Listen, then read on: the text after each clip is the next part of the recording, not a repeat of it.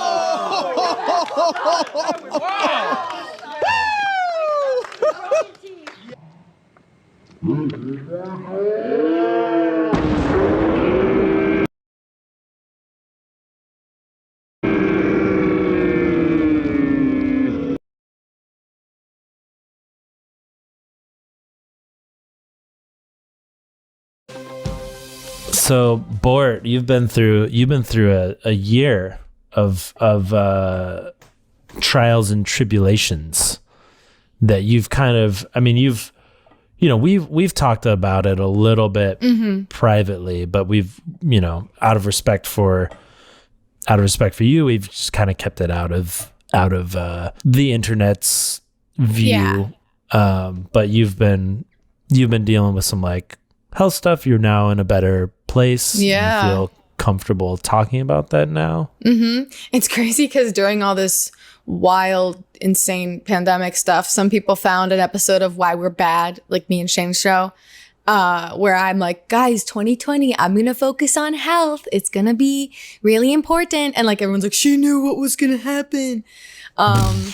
And at that point, I wasn't ready to talk about what I was actually meaning because I wasn't entirely like out of the woods yet. But as of recently, through all of this craziness, I was somehow able to get to the doctor and like really be officially told like I'm good. Yeah, it's been almost a year. I think in September-ish was when I found out that I had cancerous cells in my body and it was severe. And I was so floored. That like, dude, that changed me for months. Like you guys saw me go through it. Shayne was like right next to me as I was like figuring stuff out in the office. Like it was during a work day. Actually, I almost wish Monica was here because I had gotten my checkup and Monica and I had gotten lunch and we were driving back and I was like, oh, phone call. I'm sure it's going to be fine. And I answered on speaker and my doctor's like, hi, we got some test results back. And it was like, oh, and Monica was like, oh my God. But yeah, it was really scary. I mean, like, And this is lady business stuff, right? this was, yeah. So I had, they were concerned that I was going to have cervical cancer. They found precancerous cells in your cervix. Yes. And it was severe. It was like, I forget if it's T3, what they call it, or like C3 or something like that. But it was really frustrating because she would use like severe and like where the doctor would use those words, but then she'd be like, but like no rush. If you want to like come in and we can figure, I'm like, we need to figure this out now. I was like,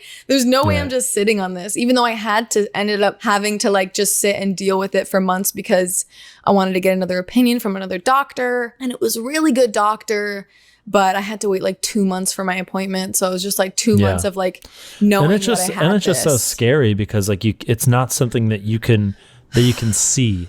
It's not like a wart on your hand where you can like look at it and be like, oh, this isn't too bad. It's like you're just kind of left with this constant shadow of something that you have no idea if it's so bad. Exactly. That's why it's so important to get your regular checkups, because if I wasn't going to that doctor, I would never have known. And who knows what could have happened, because I ended up that second doctor who was like a little bit better bedside manner and a better communication with what I was dealing with, and he made me feel a little bit better about the situation.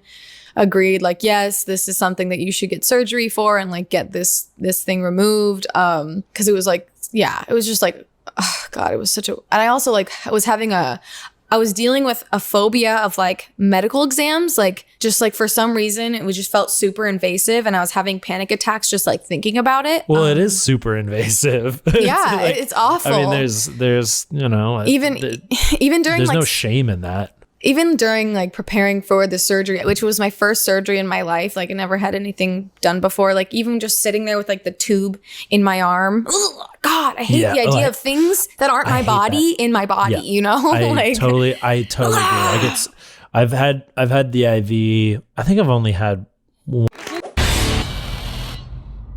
Hey, gang! Hey, you give me a beat? Oh, here we go again. Sorry,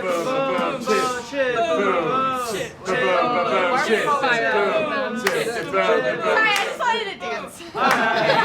Okay. Before I jump into this dead pool, I should probably address the bruises all over my legs. Oh no. From paintball the other day. You know, it's fine, but you know what they say. What do they say? Oh no! Oh my God. Oh please! Oh my God. Oh my God. Oh my God! You know what they say? No. Art is paint. Oh! My God! That was close. That was way too close. Style-wise. Oh, so cute. Next question. What are you scared of? You're not scared of anything. Yeah. What are you scared Whatever. of? Screw it. Let's move on.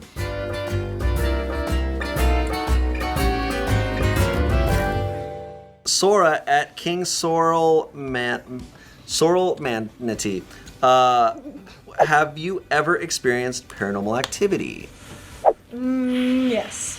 Let's get into it. So at a sleepover, I was like Oh my God. 16. Did you make out with a ghost? I don't want to get into it. You come in a first date with a ghost.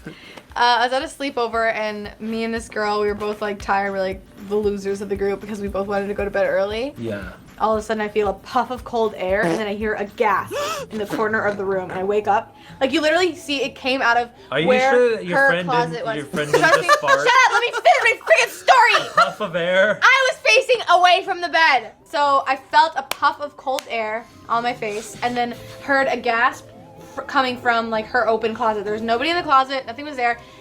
I pop up awake, and the other girl pops up awake. So we both heard the sound, and then we ran, we freaked out, came and found everybody, and then I guess there was a murder next door, like 20 years ago. I thought you were gonna say 20 minutes ago. No, 20 years ago. I had a friend pass away when I was in 8th grade, and like it was sounds like like a hilarious story. it was like a few months after it happened, or like maybe it was like 6 months after it happened. Okay. We were like kind of thinking about him and like talking about him, and then I was like messing around on GarageBand, and we're like, okay, like Cody, like we're just talking about him, and all of a sudden the keyboard on GarageBand started going. Like we couldn't hear anything, but you could see the buttons are being pushed. We're like, oh my God, like dude, like Cody, if you're here, like do this, and he was like doing all the things, and then we were like freaking out, and then we hit shuffle on my friend's iPod, and the song that was like his memorial song came on. I have no idea like if it was actually paranormal. I see your face trying to decipher whether it was just electricity failure or not, because you don't believe in the paranormal activity. But that's what happened. It was really crazy. Spooky. We were like, hey, if it's Cody, if it's you, hit the S one. It was like, da-da-da-da. It did what? Da-da-da-da. He played on the piano. It was a long time ago. I don't think I've ever. Properly this time. I swear to God, if somebody writes anything about juicy asses of iffies. I am not proud of these. A solid pickup line for a hockey player.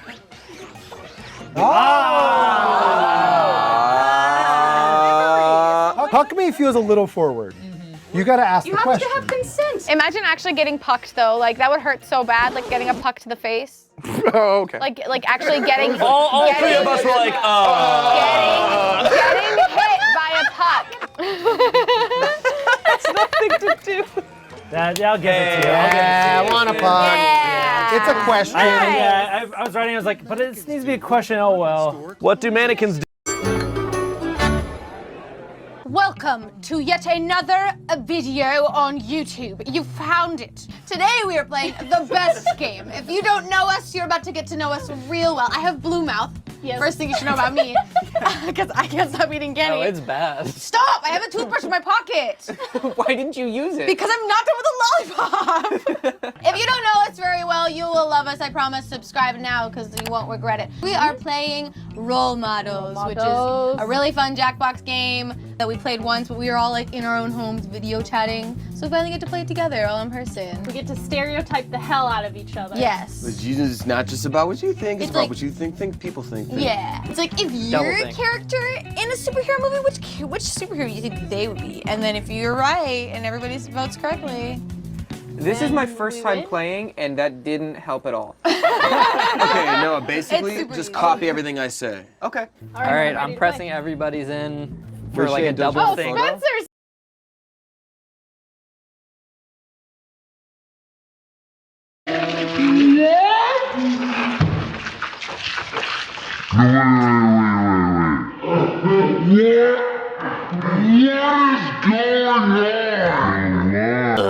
What ultra-specific skill would you bring to a heist? I would flirt. I'd be the distraction. I would valid. If there was millions of dollars at stake, Yeah. I'm pulling out all the stops. Every slit up to here. Yeah. Where's hair?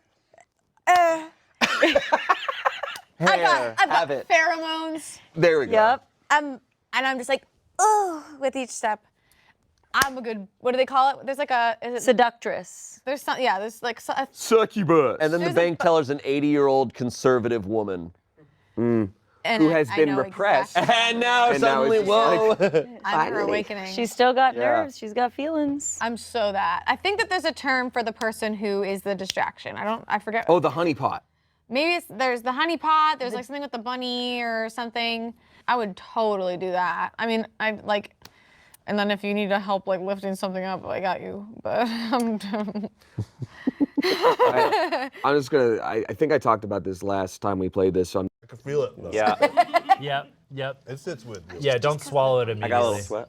One-on-one hangouts can be pretty awkward. Who in this room would be your last pick for a one-on-one chill? Incredible. Also an incredible, yeah. Fucking rough. Let's go. I'm not a really big fan of one-on-one chilling anyway. You know what I mean? I don't like one-on-one chilling. I'm not good at it. I have too much anxiety. I grew up Mormon. We love group dates. I'm gonna take a dab because that's just, I don't want to do that to somebody because I love it. I don't judge a book by the cover. It's like Vin Diesel and The Rock in Fast and Furious. Like they're never making eye contact. Honestly, a brilliant example. He lives life 1/4 mile at a time. Exactly. I'm working on that part of myself. That's hefty. Father and son. Elijah's extreme. Handcrafted Reaper sauce. Reaper. Oh, Carolina Reaper. Oh God, this is gonna be intense. Okay, ready? Yum. Holy shit. Yum. Good job. It's sweet. Oh, yeah. It's sweet. It's sweet. Honestly, Holy shit. Yeah. Hell yeah. Is it that good, or is? it's really, I love sweet and spicy. I love Yeah. it, and I think I can actually handle the amount that I put on. Oh, I love this. legend. I love people You are stepping up. brave. They need to stop answering this shit. Who's the grossest? I don't think I can answer that question. I do think all my humor and the only reason why. Oh, you just answered it Girls though. are gross. Girls are gross. But you can also eat a nugget. All the girls here. I'm split. I am honestly split between you two. I'm gonna try the one at the very end. Elijah's extreme regret, screaming hot, Scorpion, Carolina Reaper's hot sauce. Wow. It's got enough descriptors in there that tells me it's not a good idea. I know, it's like the Wish.com hot sauce title. Screaming, squirt. I'm gonna be, I tell you what, I'll probably be screaming and squirting at the end. Disgusting. Who's gross now, you squirter? And I'm trying I don't the wanna tasty witness one that. with you. Oh, my Damn. God. Are you gonna scream or are you gonna squirt? Or are you gonna do both? Oh my God, I smell it. You okay? I think I'm okay. Wait till the nugget goes down. Yeah. This is spicier than that one. That one is? Yeah? Woo! So they put it in the wrong order? Woo! You think that one's spicier? This is way. Spicier? Oh my god. So maybe these were in the wrong order. Reverse. Okay. Okay? Yeah, okay. You too. Are you okay? Okay. Ian hasn't said anything in a while and his face is getting warmer Well, and warmer. because now the nugget's starting to go away, and then the heat's like, here I am, bitch. Yeah. I'm feeling like this is like sweating now. Nasal cavity. And Are you dripping? and it's stuck on my tongue. It's like it's spicy. Yeah, it's on my tongue. It doesn't seem debilitating though. When we used to do the hot pepper karaoke's though, because we were eating a whole ass. we were incapacitated. You guys had to sing? Some year. It wasn't like for me specifically, but maybe I got some cool stuff too. Like there was some crazy years where like we'd come out one year. There was a Kawasaki little motorcycle for my little brothers, like just in the living room. And then there's like all those big boxes everywhere. Like a little mini bike. Yeah. Oh yeah. It was just like a little motorcycle. They did, my little brothers and some of my sisters, well, they did like bicycle racing, but my little brothers did like dirt bike racing. I know. I wish I could have had that too. Like I think I'm going to do that at some point in my life, but. You should ask your dad to get you a little motorcycle. Just a little baby Kawasaki. Yeah, make up for it. My own mini bike? Yeah. No, I think I'm gonna get my own motorcycle soon. I'd like you alive. I'd prefer you alive. You mean like for dirt biking? You mean a dirt bike to ride off? But it would be a dual sport, so it'd be street legal, so that it like, hey, if I wanted to like ride somewhere really quick, or like, ooh, I want to take it to Parker, Arizona, ride that long ass. Oh no, it'd be too hot. Probably can't do that. But something cool like that. I think just having one and. Dirt biking is so fun. You know, I might even like want to try. No, probably not racing, but it's still cool. It's still really cool, and it's just like it's like horseback riding, except for you're not hurting an animal, and you feel like because when you're on a horse or on a motorcycle, you feel so like powerful and like just the world's under your feet, and you're just going. Yeah. Just don't drive it on the highway. I'm gonna do whatever I want. Oh God. It makes me so nervous. Yeah, I wouldn't. Imagine Courtney just doing a wheelie like down the highway 100 miles. I go, hoo hoo. It's just the most dangerous. You don't do anything on a motorcycle you wouldn't do like with a bicycle. You know, like I won't do like a wheelie on a motorcycle if I don't know how to do it on a bicycle. You know, that makes sense. Like goddamn, gotta learn. Baby steps, boys. Baby steps. But yeah, that was really cool. My mom also really goes hard. So like I had never had anything done before. Like even just sitting there with like the tube in my arm. Ugh, God, I hate the idea of things that aren't my body in my body. Yeah. You know, I totally agree. Like I've had the IV. I think I've only had one or two. But it's so gross, and I think the problem is I think about like the internal, like the needle being inside me, like why? Like what if it breaks off or something? And it's just there exactly. I think like what if I jerk my arm and it rips out, and it's so funny because you know, I was with Pam for a long time. She's been through a million medical things. Yeah, and she's just like she's no biggie about it. She's just like, so what? She's got the golden giant belt of medical, like. Yeah. So it was so funny because I'm such a freaking weenie about that stuff.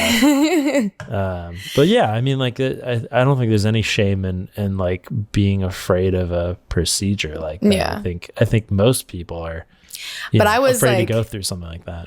I knew when I was first figuring out that these cancerous cells were like in my body, I was like, crap, I'm gonna have to go through multiple like exams and figuring out what this is. And like this phobia, it was getting to the point where like I'd be in the office and crying and like my heart, like my entire body shaking because I was so afraid of the exam. Just it felt like so invasive, even though like it really isn't. Like in a lot of ways it's just not. So I decided to go to the hypnotherapist, like because we had Andrew and Cole on from Podcast But Outside, and Andrew talked about his hypnotherapist who helped him with his fear of flying. So I was like, you know what, like I don't know how else to like get over this fear. So I ended up asking him for the info, and I went, and it was such a bizarre experience. And I really felt like, oh, this is working. Like, and I would listen to this tape every night, like to try and get rid of this fear. And like, it didn't work. Like I went to that second doctor and I had the worst physical like reaction to being like checked out. Yeah. By far, my entire body, like it made it difficult for him to check things out because my body was just like not allowing anything to happen. Like, yeah, I mean, it's a trauma. Yeah, you know, and it's not like I have like, listen, I've experienced scary things in my life, but like nothing severely traumatic to like mess me up like that. I'm very fortunate to not have experienced anything, but it's like my brain, man, like sometimes my head just like will be in a spiral of thoughts and like I will just get myself into like a fear. Like I ended up like getting into CBD to help me calm down before appointments, which I now totally trust because like lately, like I had did it before going to the doctor to make sure I was all good. It just makes me feel calm and I'm severely more relaxed and I'm not like crying or anything. But yeah, I had to have that surgery. And like that was around the time when we were like filming the Fears shoots, like with Olivia and Shayne. And I was originally supposed to have one because I have that weird fear of like my belly button being reopened. And we were like, yeah, we'll do a video where we make it look like we're opening up your belly button. And I was like, oh, okay. But then like I realized the set was a hospital bed. And I was like, oh no, like thinking like, maybe I can push through it and like still do a good video. But like driving to the shoot, I was like, started crying. I was breathing heavily. Like I couldn't calm down. And I was like texting Matt Rob. I was like, I can't do this. And like, I had to like go to therapy that day. I like literally was like not okay. So yeah, and like we also didn't. Video. We weren't familiar with the sort of the phobia with what was going on in your life in regards to like you being afraid of like medical, because we don't want to trigger people's like, you know, traumas that are associated with something like that traumatic. Like Shayne finds dolls very scary and creepy, but I don't think a doll has ever threatened his life. Yeah, it's not a phobia. So yeah, I mean, if we knew about that, I wouldn't put you in that situation. I mean, did we go a little far with Olivia? Yeah. The problem is we psychologically speaking, we went about treating a phobia the worst way. We actually probably made her phobia worse, and she later said that. Confirmed. You're supposed to like slowly introduce integrate it.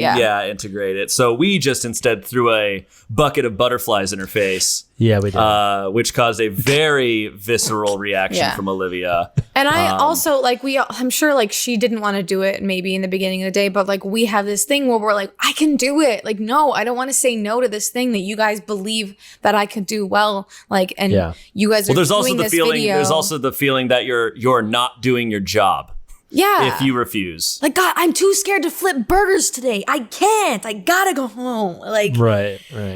It doesn't feel good. Yeah. In Olivia's case, we leaned a little too far into the entertainment value and less into, because like with yours, Shayne, it's like we were creating something kind of silly and we were able to go overboard because we figured dolls make you uncomfortable, but they probably don't make you break down. We knew Olivia was afraid of butterflies, but I think we might have gone a little overboard with, you know, building a giant 6-foot tall butterfly poster, enclosing a room where there's a bunch of live butterflies flying around. I still haven't seen the video. I can't. It seemed a little bit more what we should have been going for when we all went in there with her and, you know, sort of had her open up a box and kind of see like one butterfly, like, look at this. And it's like, you know, it's very